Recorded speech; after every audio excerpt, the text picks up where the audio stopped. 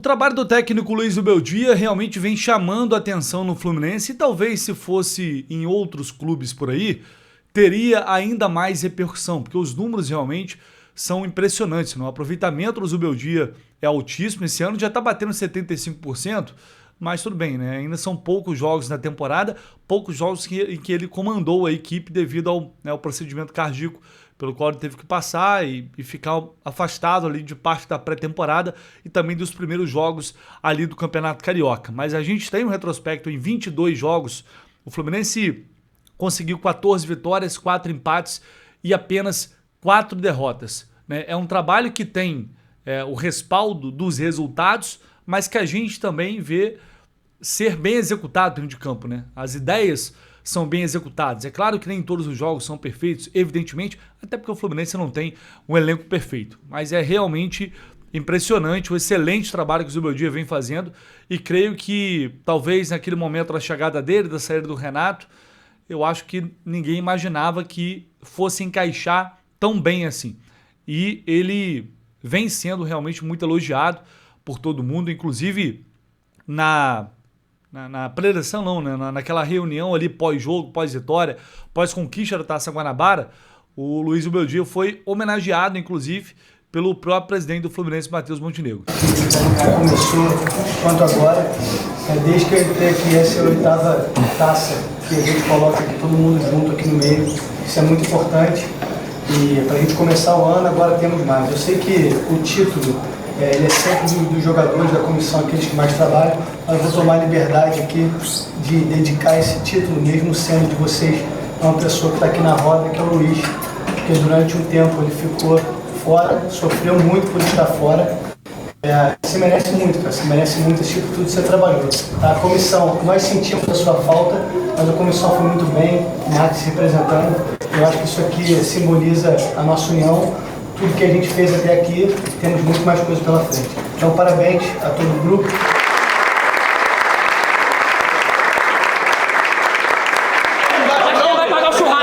É importante esse trechinho da Flu TV que foi compartilhado nos bastidores divulgados ali pelo clube, dá para ver o Zubeldia, né, emocionado ali. Para ele deve ter sido um momento difícil, porque, ele é um cara muito inquieto. Inclusive eu vi depois que ele até poderia ter sido liberado antes, só que ele é tão agitado, estressado, que os médicos falaram, não, vai ter que segurar um pouco mais. Certamente para ele essa conquista também, a primeira conquista dele no comando do Fluminense, sem dúvida alguma, tem um sabor especial. E vem chamando atenção fora do Brasil também, na Argentina, terra do Zubeldia. Ele teve o nome destacado lá no Diário Olé, por exemplo, destacando a conquista do Fluminense na Copa Libertadores, destacando aqui o trabalho que o Zubeldia vem fazendo. Inclusive tem uma matéria bem feita, contextualizando ali Taça Guanabara, explicando o que é a Taça Guanabara, e realmente bem explicada essa matéria do Diário Olé, os números do Zubeldia, destacando aqui o 100% de aproveitamento, né, 14 vitórias nos jogos em que disputou como mandante no Maracanã, que é algo absolutamente histórico. E é isso, é um trabalho que já vem ganhando repercussão fora aqui do Brasil, todo mundo sabe, a Libertadores está vindo aí e a visão que a América do Sul hoje, né, que os veículos e certamente os outros clubes também da América do Sul têm do Fluminense, é de que se trata de um time difícil de ser batido. Fora de casa também, mas principalmente dentro de casa, no Maracanã, com o apoio do seu torcedor. Esse trabalho consistente, regular que o Zubeldia vem fazendo, só reforça esse ponto. E quinta-feira tem clássico, inclusive, parcial de ingressos. Hoje pela manhã estava uma parcial muito baixa, de apenas 7 mil ingressos vendidos. Agora à tarde, depois da abertura para o público geral, já ultrapassou a marca de 14 mil ingressos vendidos. Informação que o setor do Botafogo tá esgotado, mas somente aquela porcentagem lá no setor norte. Então, cara, se você puder ir ao jogo na quinta-feira, sei que o Rio de Janeiro não está muito favorável, né? Ultimamente muita chuva. Eu acho que talvez na quinta já esteja uma situação um pouco melhor. Mas enfim, se você puder ir ao estádio e apoiar o Fluminense nesse clássico agora do Campeonato Brasileiro, depois da conquista da Taça Guanabara, acho que seria legal de botar um público maneiro no Maracanã, né? Para ir aos poucos esquentando aí a temporada e já fazendo uma festa bonita na arquibancada, tá? Então, eu não tenho uma parcial exata agora, mas à tarde já tinha ultrapassado ali 14 mil ingressos vendidos. A informação que vem lá de São Paulo fala que o Ares vai chegar no final de semana por lá no Palmeiras e deve ser apresentado no início ali da semana. E por que eu tô falando disso? Porque, ao que tudo indica, o Ares vai poder estrear, ou talvez faça sua estreia ali, justamente no jogo contra o Fluminense em São Paulo, no dia 25 de fevereiro. A gente vai estar lá, claro, fazendo a cobertura. O Palmeiras enfrenta o Internacional agora pelo meio de semana no Campeonato Brasileiro. Depois, o Guarani pelo Campeonato Paulista. E aí o próximo jogo é justamente o Fluminense. Se ele vai chegar só no final de semana, não pega essas duas partidas, sendo apresentado, como ele já está, né, com ritmo de jogo e tal, existe realmente a chance dele fazer essa estreia justamente contra o Fluminense. Aí é o pacote completo da desgraça, né? Um negócio absolutamente inacreditável, mas é uma estreia em que o Palmeiras vai jogar no Barueri, né? Não vai jogar na Arena, se for realmente lá, e obviamente fica numa situação muito mais confortável do que se fosse no Maracanã. Como eu queria que esse mando fosse do Fluminense e que a estreia fosse aqui no Maracanã. Duvido que iriam fazer, acho que não, mas seria bem mais interessante pelo entretenimento. Mas é isso, só uma passada rápida porque realmente se trata de uma possibilidade real. Assim como, eu não sei se posso falar a mesma coisa, de Richarlison no rival. Por que eu tô falando disso? Muitas especulações rolando do outro lado. Teve essa publicação aqui que foi replicada em vários perfis. As fontes, paparazzo rubro-negro, pilhado, né? Mas, enfim, o pilhado, por que eu tô falando? É porque ele fala diretamente com o Richarlison, pelo menos falava, durante muito tempo falou, na época, até que o Fluminense estava interessado nele, né? O Fluminense chegou a fazer uma sondagem, tentar fazer uma proposta para trazer o Richarlison de volta, e nesta janela de transferências, o Fluminense voltou a sondar a situação dele.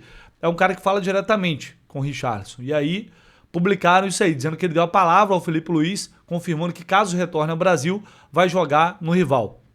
Mas, aparentemente, ele deseja ficar na Europa até a Copa do Mundo, e aí no possível retorno daria prioridade ao Flamengo. Se é verdade ou não, eu não sei. Eu sei que teve uma treta que o Bruno Andrade, que é lá da ESPN, do UOL, publicou essa informação dizendo que a Arábia Saudita é disparada a preferência do Richarlison atualmente.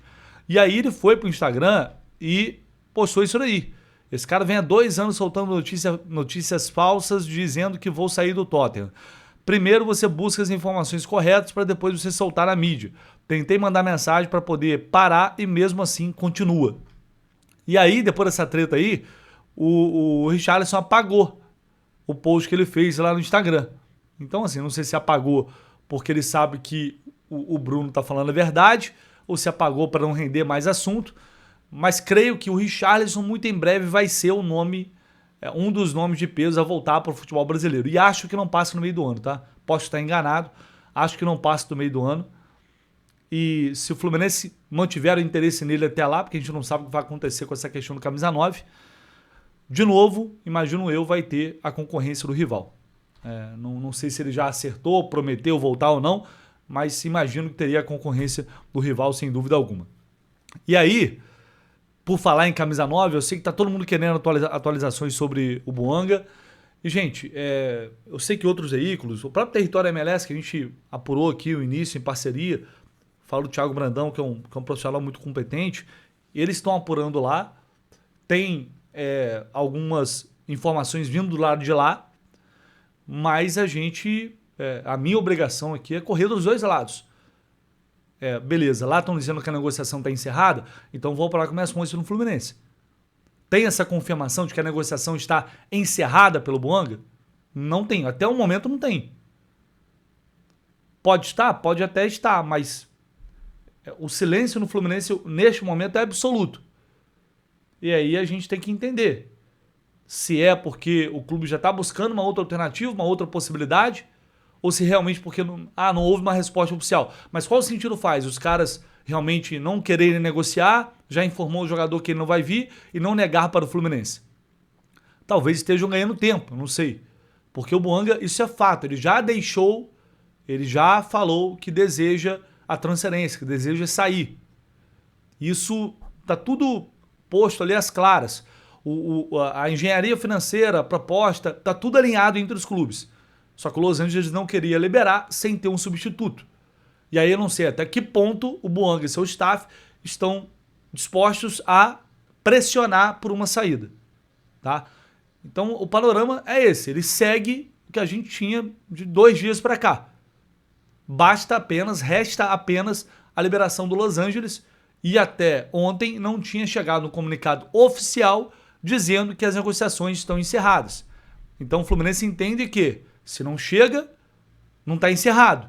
Mas ao mesmo tempo o clube não tem a vida inteira pela frente, precisa resolver a tua situação. E aí tem um prazo determinado, que eu não sei qual é, para que essa resposta venha ou não. E aí o Fluminense vai decidir o que fazer. Vai esperar mais ou vai seguir a vida e buscar outra opção? Esse é o ponto, é o que eu posso trazer de informações concretas para você, sem ficar aqui fazendo especulação sobre o que pode ou não acontecer. Todos os cenários são possíveis dentro de um negócio como esse. O Fluminense chegou nos valores, chegou no parcelamento, né? Tá tudo certo para acontecer, agora depende dos caras liberarem. E aí o Fluminense vai ter que tomar uma decisão se essa resposta não chegar. Se vai continuar esperando ou se vai buscar outra opção dentro do mercado. E muita gente questionando, pô, mas o Bouanga vem para cá para ganhar mais de 2 milhões de reais, seria disparado o salário mais caro do elenco do Fluminense, o jogador mais bem pago do elenco do Fluminense. É verdade isso? Bom, pelo que eu apurei, não. O Bouanga ele ganha atualmente, vou até colocar porque esse é público lá no site da MLS, aqui, por exemplo, o salário dele lá no Los Angeles. Né, tem uma base aqui de 3 milhões e 700 mil dólares mais ou menos, isso no mês. Ele ganha ali pouco mais de 300 mil dólares por mês. Convertendo isso, vai dar algo em torno ali de 1 milhão e 600 mil, quase 1 milhão e 700 mil reais por mês. Pô, mas isso é muito dinheiro. Sim, gente, o cara é um dos principais jogadores do clube e tem um salário em dólar. O contrato já foi renovado, então é claro que o salário dele é alto. O Fluminense certamente vai aumentar um pouco esse valor. Mas se não vai pagar muito mais, qual o atrativo para o Bouanga vir? Porque o contrato seria muito maior. Ele tem contrato lá até ano que vem, não tem uma garantia de permanência após 2027. Então, assinando com o Fluminense, com certeza, o Fluminense tinha intenção de pedir 3 anos, de oferecer 3 anos de contrato. Mas eles com certeza vão pedir pelo menos 4. Então, são mais 4 anos, ou seja, 3 além do que ele tem hoje com o Los Angeles, garantindo um salário um pouco acima do que ele ganha atualmente, mas inferior a 2 milhões de reais. Quanto exatamente é esse aumento, se seria, ou se o Fluminense vai compor basicamente com o mesmo salário, mas dando mais tempo de contrato, esses detalhes específicos eu não tenho. Eu sei que não seria esse valor, é relativamente mais baixo que esse valor de mais de 2 milhões de dólares que foi falado, tá? Isso é o que eu tenho de informação para você. Mas sim, ele chegaria para ser um dos jogadores mais bem pagos do Fluminense, se não o mais bem pago, pela circunstância óbvia. É um camisa 9 com muitos gols, o cara ganha em dólar e o Fluminense está indo lá buscar a peso de ouro, 15 milhões de dólares. Tudo isso faz parte de um pacote de um negócio como esse. Então, a gente vai seguir atento, buscando informação. Qualquer novidade definitiva e concreta, vocês sabem, vocês vão acompanhar aqui. Mas para isso, a gente tem que fazer o trabalho de apuração correto. Tá bom, pessoal? É isso. Deixa aí seu like, se inscreva no canal, seu comentário, como sempre, muito bem-vindo. Sinta-se à vontade, tamo junto, valeu.